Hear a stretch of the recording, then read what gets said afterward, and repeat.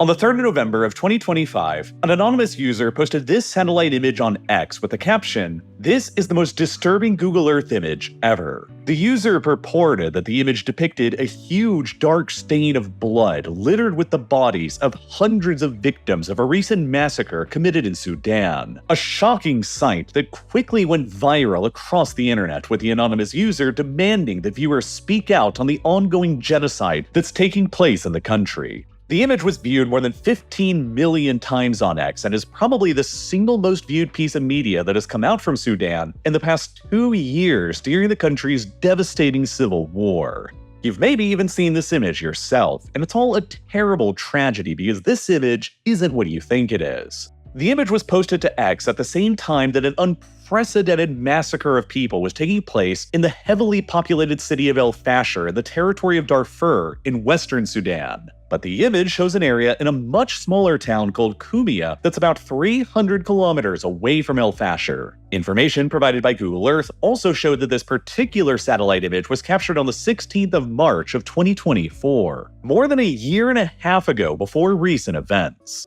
And even more damning, earlier satellite images captured over the same location from 2022 before the civil war in Sudan had even begun still show the exact same stain in the exact same place. Because in reality, this is simply a watering hole, and the image posted to X only shows a herd of cattle gathered around it drinking, not a pile of human bodies and blood left over from a massacre. And what's truly infuriating about this whole episode is that even though this particular mega viral post that was made to X was false and misleading, it remains highly probable that the greatest crime of the entire 21st century did indeed just take place 300 kilometers further to the north in the city of El Fasher. And so far, almost the entire world hasn't even heard about it at best, or is actively ignoring and suppressing it at worst. The city of El Fasher is the capital of Sudan's North Darfur state, and when the current civil war in the country began in April of 2023, it was then under the control of the Sudanese armed forces. Their rivals in the civil war, the Rapid Support Forces, or the RSF, almost immediately began laying siege to the city the moment the war began, trapping nearly all of its estimated 260,000 residents inside, half of whom were believed to be children.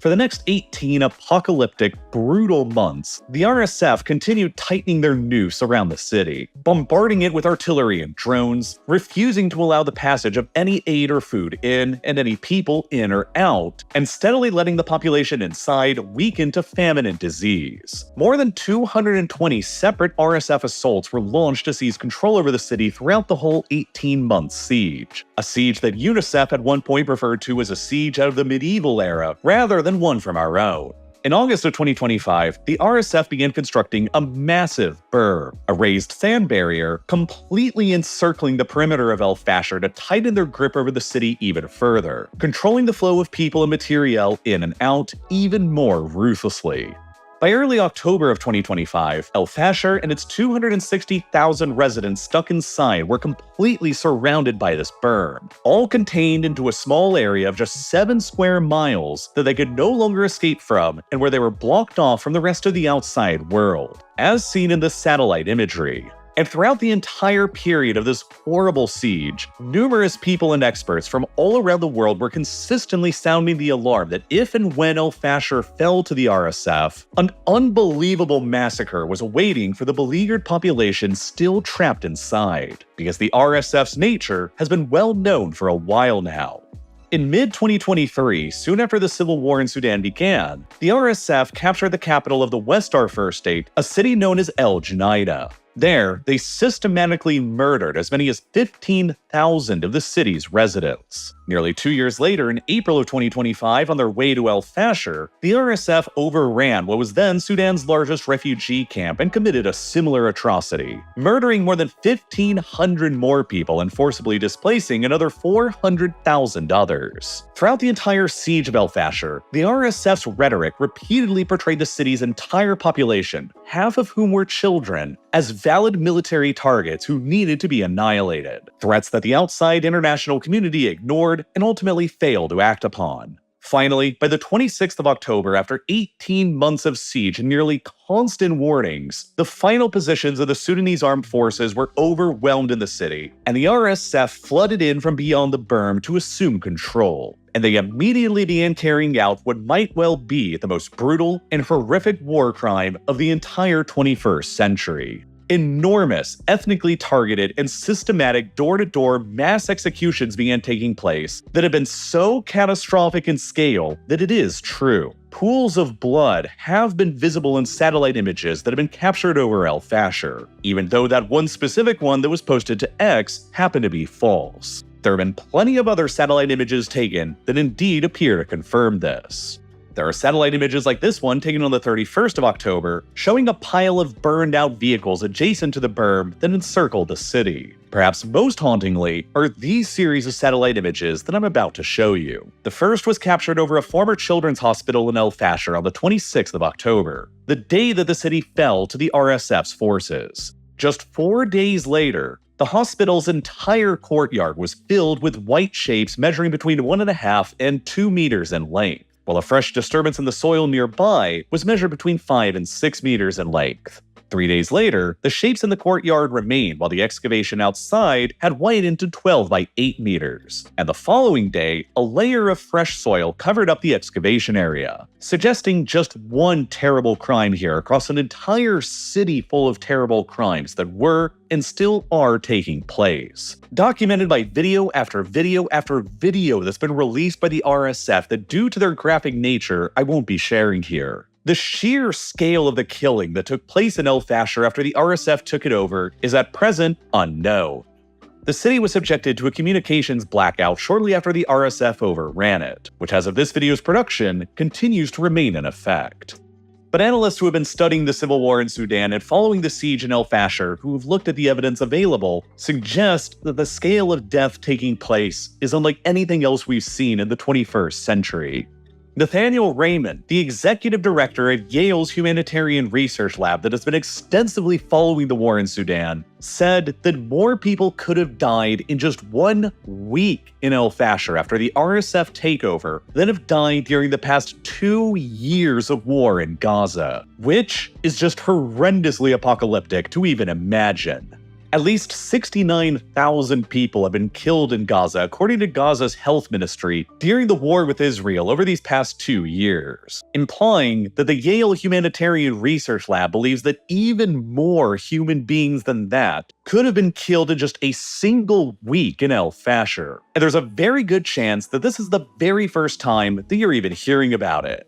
To put the scale of this calamity even further into context, if accurate, that's a scale of killing that hasn't been seen anywhere in the world since the opening days of the Rwandan genocide in 1994. And yet, the world outside of El Fasher, Darfur, and Sudan has barely even heard anything about it. Even as the RSF continues its killings in El Fasher and continues its advances across the rest of the country that may yet befall similar horrendous ends. The world is doing precious little to stop the horrors that are actively taking place in Darfur right now, with other major conflicts competing for international attention that are still taking place in Ukraine and Gaza. But if you'd like to learn about what's happening in Darfur right now, if you give a damn about what's happening here, and if you want to learn the ongoing genocide sources and how it might be stopped, I'm begging you to watch this video and to share it more than any other video that I've ever produced on this channel. Because there is a way to stop what's happening in Darfur before tens to hundreds of thousands of more people are lost there forever.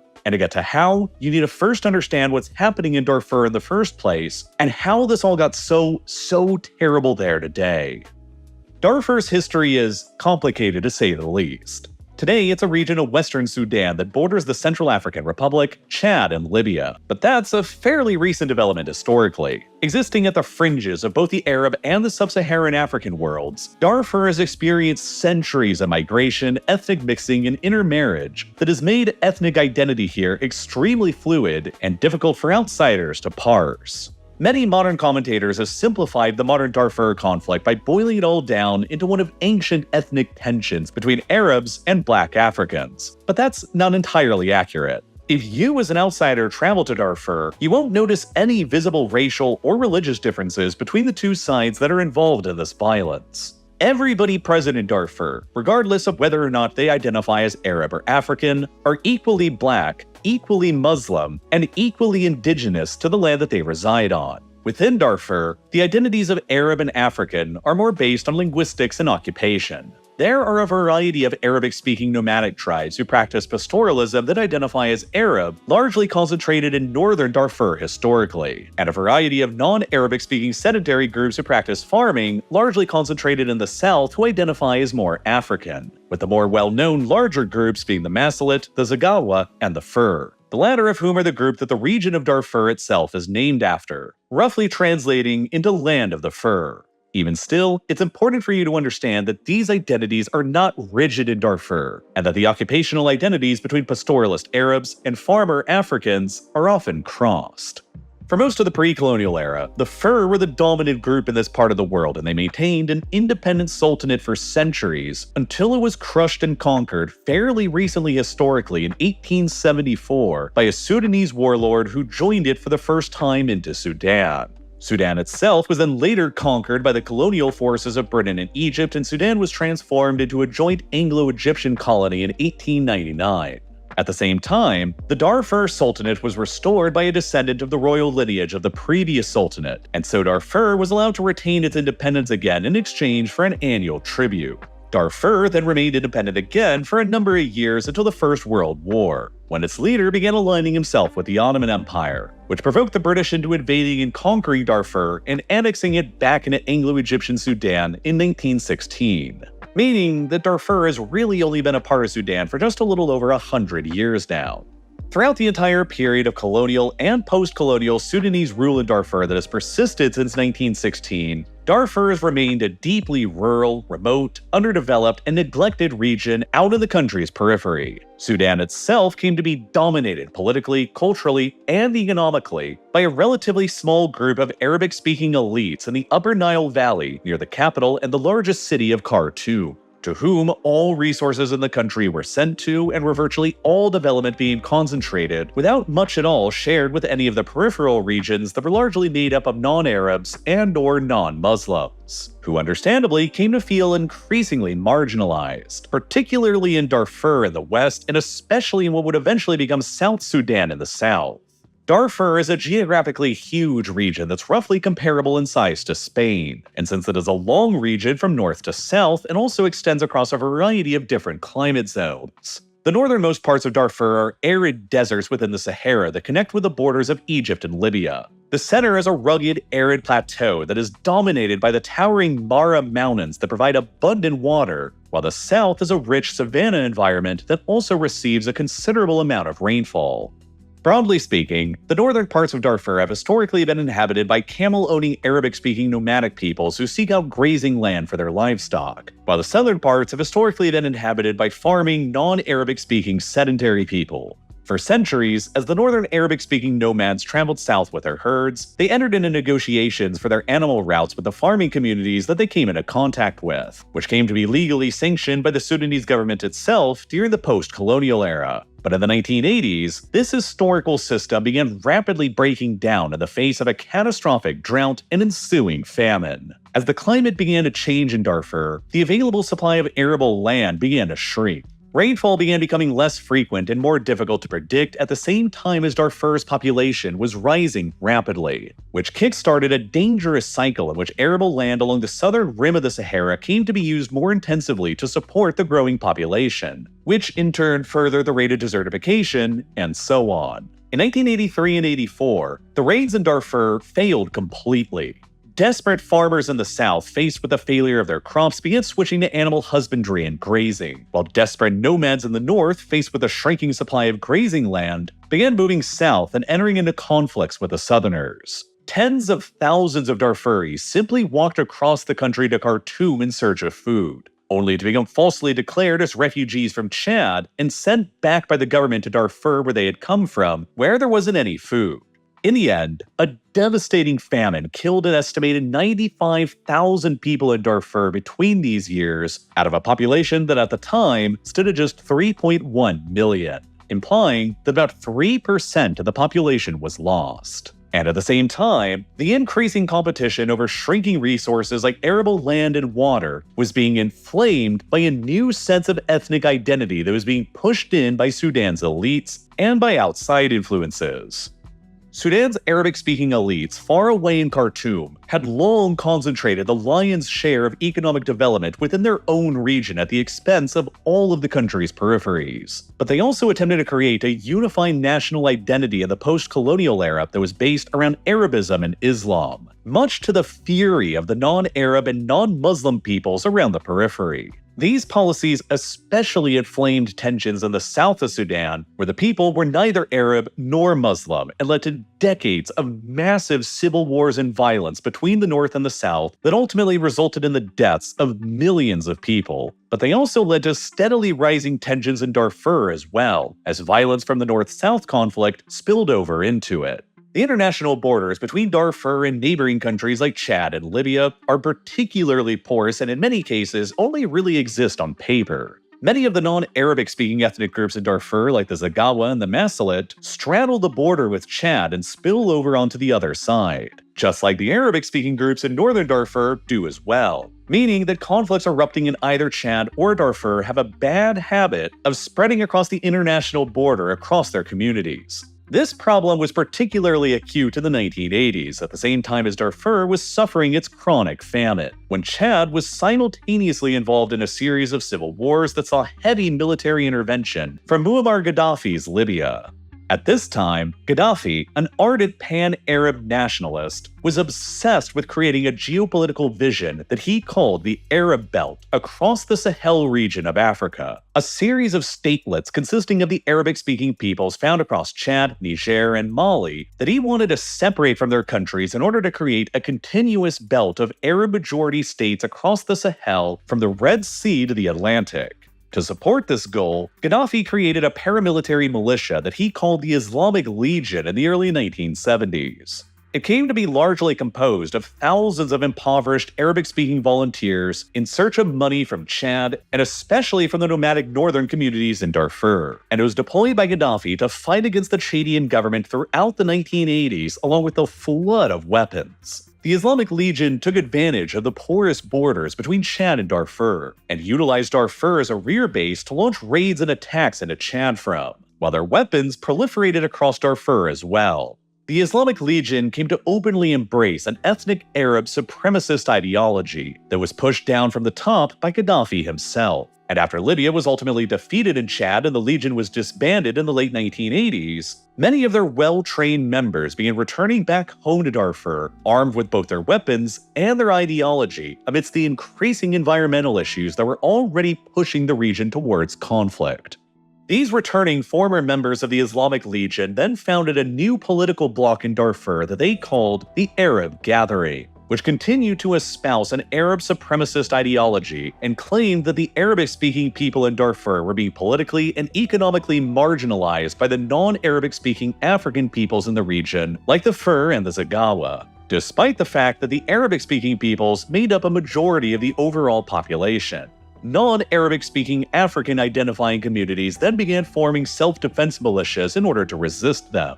And so, identity divisions that had once been local and ecological in Darfur, like herders versus farmers, suddenly became ethno-political and even racialized in nature in a way that they had never really been before the 1980s. While the central government in Khartoum that also espoused an Arab and Muslim supremacist ideology began arming and supporting the Arab Gathering and other Arab militias in Darfur to help retain their control over the region. Small-scale violence between both communities began building, resulting in a few thousand deaths across the 1990s that was only overshadowed by the much larger fighting that was still raging between the North and the South. By 2003, after more than 21 years of civil war between the North and the South and after as many as 2 million deaths, both sides were exhausted in a stalemate, and so the Sudanese government, dominated by the Arabic-speaking elites of Khartoum, decided to finally enter into peace negotiations with the South to put an end to the war once and for all. The agreement they came up with ended the long-running North-South Civil War and paved the way for the South's ultimate secession and independence that would come a few years later in 2011. But but it was also heavily criticized at the time for only focusing on the North-South conflict and none of Sudan's other peripheral conflicts like the one that had emerged separately in Darfur. Enraged at the neglect that was afforded to Darfur and its problems by the elites in Khartoum once again, two rebel movements emerged in the region called the Sudan Liberation Army, or SLA, and the Justice and Equality Movement, or JEM, both of which demanded greater autonomy for Darfur from the central government and a redistribution of political power and economic resources. By April of 2003, rebels from both of these groups began attacking Sudanese army bases across Darfur and began scoring rapid victories due to the Sudanese army still being overextended and preoccupied down in the south. So, instead of diverting their army away from the south to take care of the situation, the Sudanese government resorted to exploiting the ethnic tensions that had recently emerged in Darfur and began arming the Arabic-speaking groups in the region to turn against the others and to act as their legal enforcers instead of the army. These Arabic-speaking militias in Darfur, armed by the government and backed by the regular army brigades and the Air Force, came to be known as the Janjaweed, and they were sanctioned by the government to put down the rebellion in Darfur by any and all means necessary. Any village in the region that was inhabited by the same ethnicity as a rebel leader, who were most often non-Arabs, were considered to be valid targets for their attacks. And because the government usually couldn't pay the fighters in the Janjaweed a reliable salary like they could the army, they enabled them to loot and pillage at will wherever they advanced for their compensation instead. The result was a devastatingly brutal crackdown in Darfur that for a time put previously obscure Darfur front and center on the world stage and the international agenda. Tens of thousands of civilians in Darfur were directly massacred by the Janjaweed and their collaborators, while hundreds of thousands of others are believed to have died due to the resulting famine and disease that their actions caused. In total, between 2003 and 2005, around 300,000 people in Darfur were likely killed as a direct result of the Janjaweed's actions. Satellite images taking over Darfur at the time showed villages ablaze and clear signs of mass atrocities. A major advocacy group was formed in the United States called the Save Darfur Coalition to raise the public's awareness of what was going on and to put pressure on the US government to take decisive action to stop it. And it was backed by multiple influential celebrities at the time, like George Clooney, Don Cheadle, Mia Farrow, Angelina Jolie, Brad Pitt, Alicia Keys, Oprah Winfrey, Matt Damon, and Johnny Depp, among many others.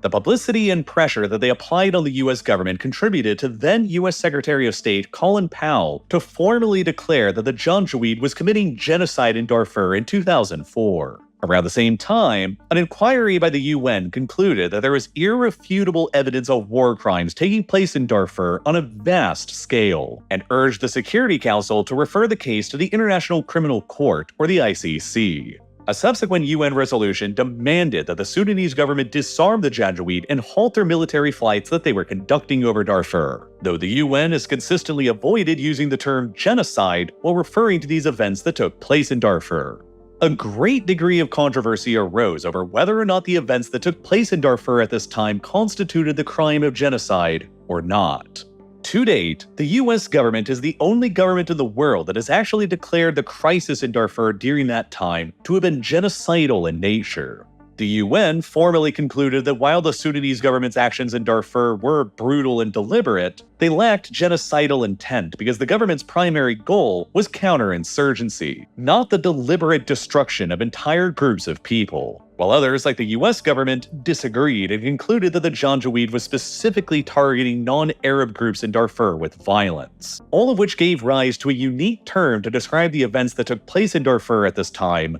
the ambiguous genocide.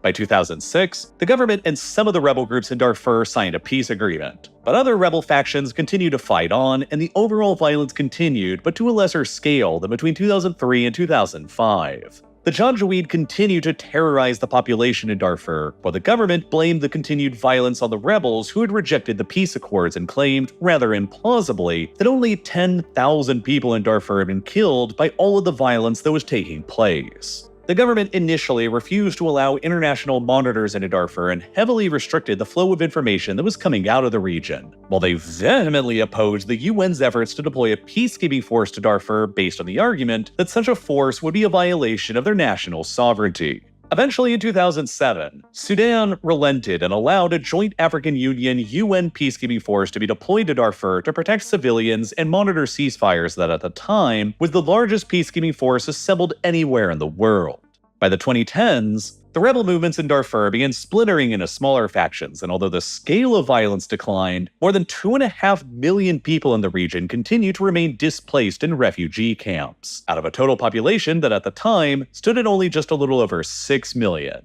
The government would eventually declare the war in Sudan to be over by 2016, and in 2017, the UN began scaling down their operations as the pace of violence continued declining. By 2020, the UN's mission would conclude entirely. But despite the overwhelming evidence towards the scale of war crimes and atrocities that took place in Darfur during all of this time, hardly anyone has ever been legally held to account, which has no doubt instilled a sense of complete impunity amongst those committing the current atrocities in Darfur again today. Although the Sudanese government sometimes paid lip service to holding Janjaweed officers and commanders responsible for war crimes, no such officers or commanders have yet ever been brought to trial. Far to the contrary, in 2013, the ragtag Janjaweed militia from Darfur was formally elevated in status by Sudan's then-dictator, Omar al-Bashir, into a completely separate and parallel armed forces in the country that came to be called the Rapid Support Forces, or the RSF. Done so because al-Bashir hoped that the move would earn him their loyalty and enable him to play the RSF and the Sudanese armed forces against each other to prevent them from ever being able to join together and overthrow him. The ICC has done a little bit better than the Sudanese government, but not by much. The ICC issued warrants for Omar al-Bashir's arrest in 2009 and 2010 on charges of crimes against humanity and genocide. But to date, the court has still never managed to get their hands on him. Very recently, in October of 2025, the ICC found one former Janjaweed commander, best known by his alias Kushaib, guilty on 27 counts of war crimes and crimes against humanity that were committed in Darfur. But to date, he is the only person who has ever been brought to trial over what happened in Darfur more than 20 years ago. And the only reason it happened at all was because he voluntarily surrendered himself to the ICC in 2020 out of a fear that an even worse fate was awaiting him if he remained any longer in Sudan. Eventually, Omar al-Bashir's strategy of playing the RSF and the Sudanese armed forces against each other failed by 2019, and he was overthrown during a popular revolution that turned into a coup. The RSF's leader, Mohammed Hamdan Dagalo, better known as Hemedti, and the Sudanese Armed Forces leader, Abdel Fattah al-Burhan, then entered into a power-sharing agreement with al-Burhan serving as president and Hemedti serving as vice president. 4 years later, after almost constant failed power-sharing renegotiations, the two men couldn't stand to share power in Sudan with the other any longer, and by April of 2023, their rival armies finally began shooting at each other, and so began the current ongoing civil war in the country. Now, with all of this context that I've been building for you, it's very important to understand right now that the current civil war in Sudan isn't just a war between two power-hungry rival generals. It's also one between two fundamentally different heirs of the same regime that has dominated Sudan ever since it gained its independence from Britain in the 1950s. The Sudanese armed forces, led by the same kind of Arab officers from Sudan's longtime ethnic and political center in the Upper Nile Valley, and the RSF, which is just the latest iteration of Darfur's Arabic-speaking ideological militias that draws a continuous line back to the Janjaweed of the 2000s and Gaddafi's Islamic Legion of the 1980s and 70s. And even before the current enormous atrocity that appears to have just taken place in El Fasher happened, the war between them across Sudan was probably already the worst ongoing humanitarian crisis anywhere in the world, going even beyond the parallel tragedies that are also taking place in Ukraine and Gaza. The UN declared that famine had become endemic in Sudan more than a year ago, back in 2024, while further UN reports concluded that some 25 million people in the country are currently facing extreme levels of hunger, while at least 12 million people have been forced to flee from their homes, including 4 million who have fled the country altogether. By August of 2025, a little more than 2 years into the fighting of the war, the former U.S. Special Envoy for Sudan until very recently, Tom Perriello, reported that he believed the death toll from the war had exceeded more than 400,000 people. And this was while El Fasher was still under siege by the RSF and the massacre there had not yet even happened. And while the RSF and the Sudanese armed forces have been viciously fighting each other for power across the country with abundant war crimes, the RSF has also been furthering the ethnic-based terror in Darfur against the non-Arabic speaking communities there that their Janjaweed predecessors began in the early 2000s. Many large-scale RSF perpetrated massacres of non-Arabic speaking peoples in Darfur like the Masalit were well documented even before their siege of El Fasher, such as at El Junaida in 2023, where they systematically killed as many as 15,000 people, including the local governor, in house-to-house massacres and drove hundreds of thousands of others out after taking the city over. Throughout the entire 18 months that El Fasher was under a complete siege by the RSF, with more than 200,000 mostly non-Arabic speaking Zaghawa civilians trapped inside, the international community did little to actually stop what nearly anyone who paid attention to this conflict knew would result in a catastrophic massacre if the RSF managed to break through. Throughout it all, the UN Security Council issued just 2 resolutions that only called for a temporary ceasefire and an end to the siege at El Fasher without any concrete enforcement mechanisms to back them up. In early 2025, with the siege still ongoing, one of the Biden administration's final acts was to declare that the RSF was once again responsible for committing genocide in Darfur, just like their Janjaweed predecessors, a determination that has been continued by the current Trump administration as well. Financial and travel sanctions have since been applied by the US government on Hemedti and other RSF leadership, but none of these have caused any perceptible changes down on the ground. El Fasher was still ultimately overrun by the RSF, and now potentially tens of thousands of people who were trapped inside, terrified for more than 18 months, are dead. The evidence of which has flooded the internet from videos taken by the RSF themselves and from satellites orbiting above in space. And now that El Fasher has fallen, the RSF has been left almost entirely in control of the whole of Darfur, meaning that there is a very real prospect that Sudan may further balkanize now between a genocidal RSF regime in power in Darfur and the Sudanese armed forces in power in the rest of the country that still remains, leaving behind the rest of Darfur's non-Arabic speaking minorities to the RSF's mercy, which based on all prior evidence simply does not exist. More massacres and brutality in Darfur is all but a certainty with the RSF still in power. But if there's any silver lining from the scale of what's just happened in El Fasher, it's the fact that for the first time since this horrible civil war began in Sudan, the world's attention has briefly returned back to Darfur again, and there is a small window of opportunity to pressure a change before the situation inevitably gets even more apocalyptic.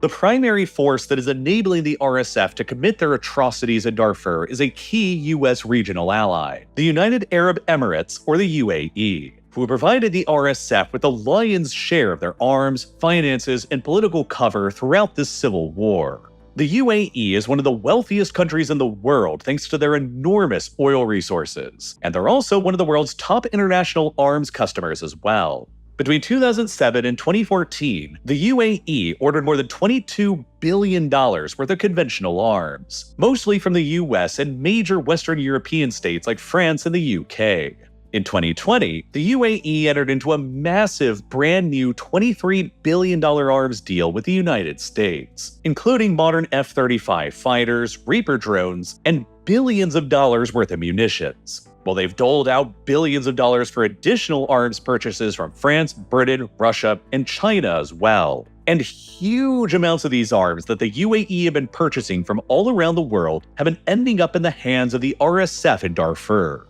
After the city of Omdurman near the capital was taken back over by the Sudanese armed forces earlier this year, they reported that they uncovered an arsenal of hundreds of modern American-made Javelin missile systems and countless rounds of 155mm artillery shells that the RSF had abandoned. Verified footage of RSF fighters have shown them armed with American-made M4 and AR-15 rifles. British-made engines have been discovered in RSF armored personnel carriers, along with French and Russian weapons and Chinese drones. The advanced Chinese-made CH-95 drone has been frequently spotted in the hands of the RSF in Darfur recently, which have given the RSF advanced military capabilities like long-range reconnaissance and airstrikes. But none of these countries have been directly supplying the RSF with these weapons, because they're being funneled into their hands by the UAE.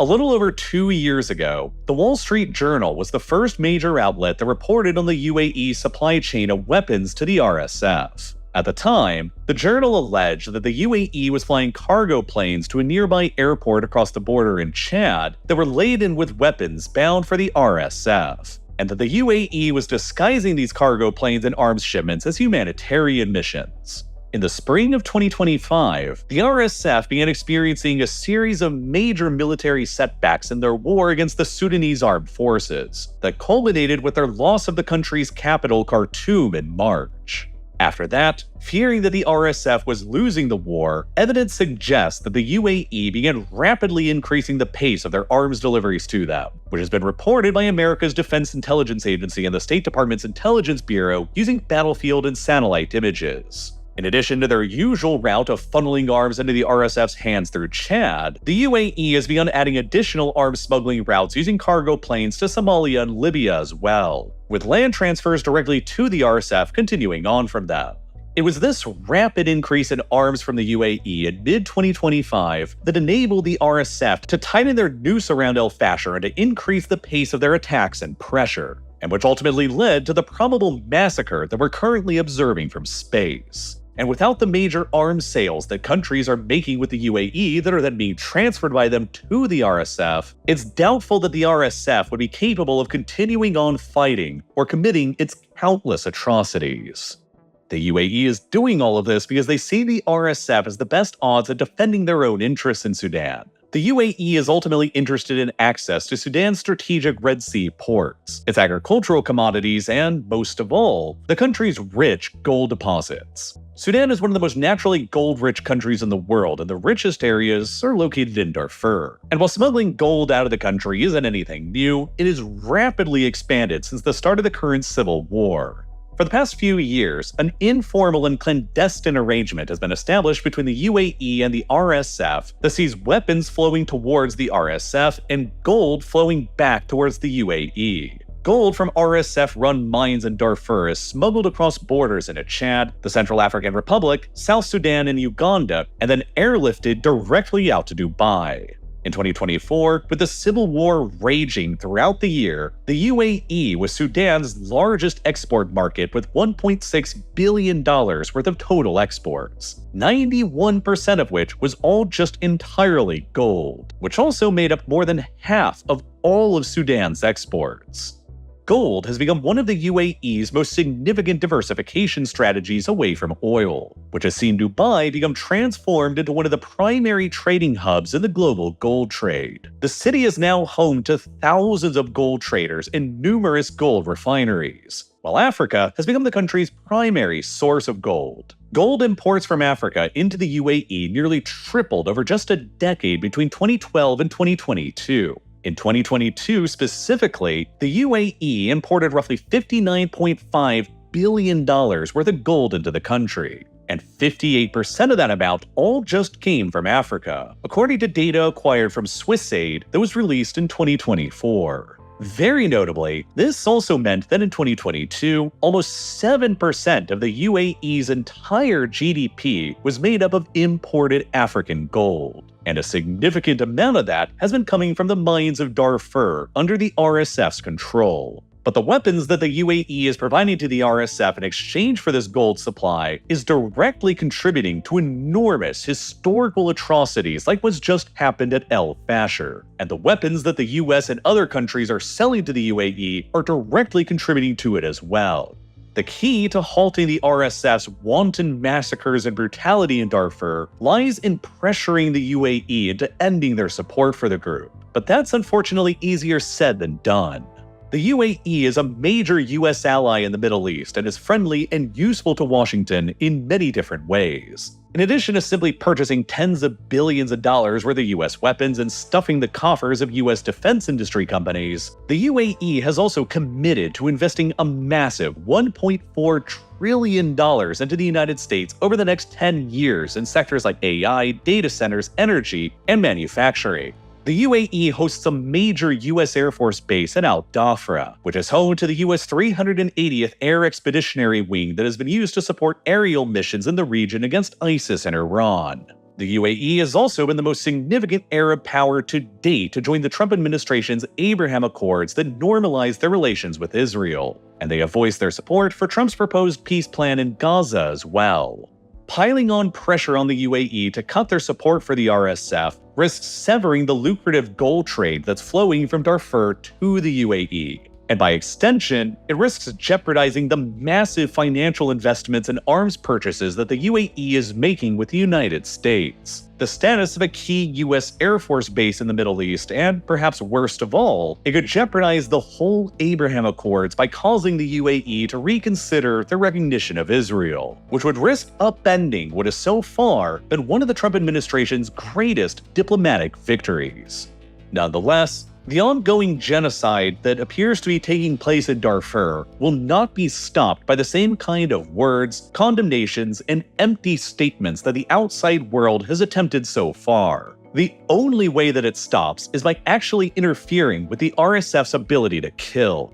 And the only way to do that is by severing the supply chain of weapons flowing towards them by the UAE. A combination of diplomatic pressure, sanctions, asset freezes, and suspending arms deals with the UAE is the only possible way to do this. But because there's simply so much money and influence that the UAE wields within the US, it's unclear if the US government will ever be able to actually muster the resolve to do what's necessary. I can only hope that I'm wrong and that in the future, even worse tragedies in Darfur following the nightmare that's already taking place in El Fasher can still be prevented before it's all far too late for everyone else who's still there. The horrors that are currently taking place in Darfur today also didn't just suddenly come out of nowhere. Just like how the Holocaust didn't begin in the 1940s and the Rwandan violence didn't begin in 1994, interethnic violence and genocides never begin in a vacuum and always happen after years or even decades of building tension and warning signs. And in Darfur's case, a lot of the origin for the violence taking place today goes back to Muammar Gaddafi and his influence over the region back in the 1970s and 80s. And if there were ever an award to be given for the most eccentric or bizarre leader of modern history, there's no other person who would deserve it better than Gaddafi. Always dripped out in his flamboyant robes and designer sunglasses for public appearances, Gaddafi's time in power in Libya that lasted for more than 40 years was full of some of international relations' most memorable moments. Like the time at the 35th G8 summit in 2008 when he proposed the partition of Switzerland after Swiss authorities had arrested his son for beating his servants at a hotel. Or the time when he came to a UN conference in New York City and attempted to pitch a massive tent that he intended to reside in inside of Central Park.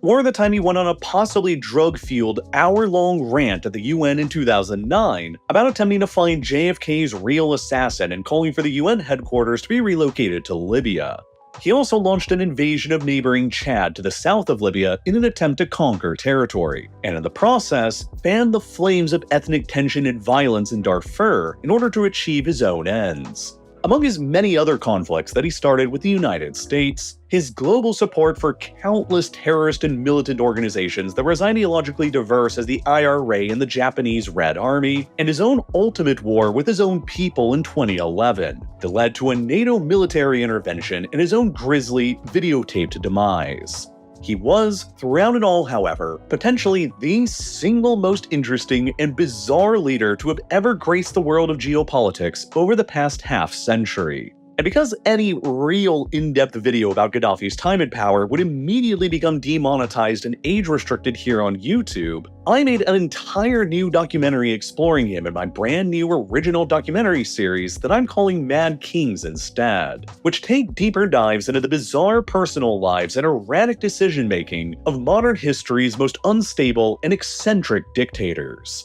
And because of the inherently violent and darker subject material surrounding this series, my documentary deeply investigating the life and power of Gaddafi would never work out on YouTube, because it would instantly become demonetized and age-restricted, which means that YouTube's algorithm, which is based around showing you ads, would never be incentivized to actually show the video to you or to promote it. I deal with very large numbers of my videos on YouTube getting demonetized and age-restricted as they already are, probably even including the one that you just watched. And that's why I'll be uploading all of my documentaries and Mad Kings, including this one on Muammar Gaddafi, exclusively to Nebula. And why signing up to Nebula is the absolute best thing that you can do to support me and my channel. You'll also get access to way more content than just this new Mad King series as well. You'll also be able to watch the nearly 50 other exclusive documentaries that I've published to Nebula in my separate Modern Conflicts series as well, which explore 21st century wars, battles, conflicts, and genocides using a level of depth of frankness that would also never work on YouTube, without triggering demonetization or age restriction issues.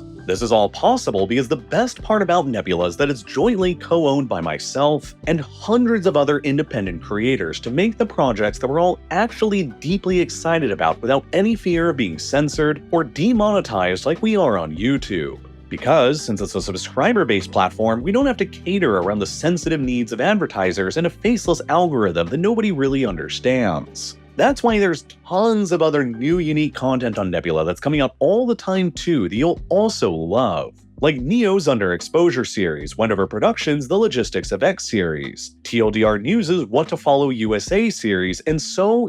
many others. I also know that there's a lot of streaming platforms out there right now and you don't want to get stuck with another monthly cost to keep track of. But I also know that if you've watched this all the way through to the end, there is so much content on Nebula that you'll love as well, and so much more coming out with every new month that you could consider a lifetime membership to Nebula as well. You just pay once and then you'll get lifetime access to everything that I and hundreds of other creators will ever produce on Nebula for as long as we both last. And you'll never have to worry about a recurring subscription or ads ever again. Normally, a lifetime subscription to Nebula costs $500, but if you use my link, you'll get an incredibly solid 40% off discount and be able to snag one for just $300 instead. That's the best way possible to support what I'm doing here on Real Life Lore. But even if you'd rather not make that large of an upfront commitment, you can still help support me by signing up for a yearly or monthly subscription to Nebula as well, by scanning the QR code or clicking the button here on your screen right now, or by following the link that's down below in the description. I hope that you'll consider signing up,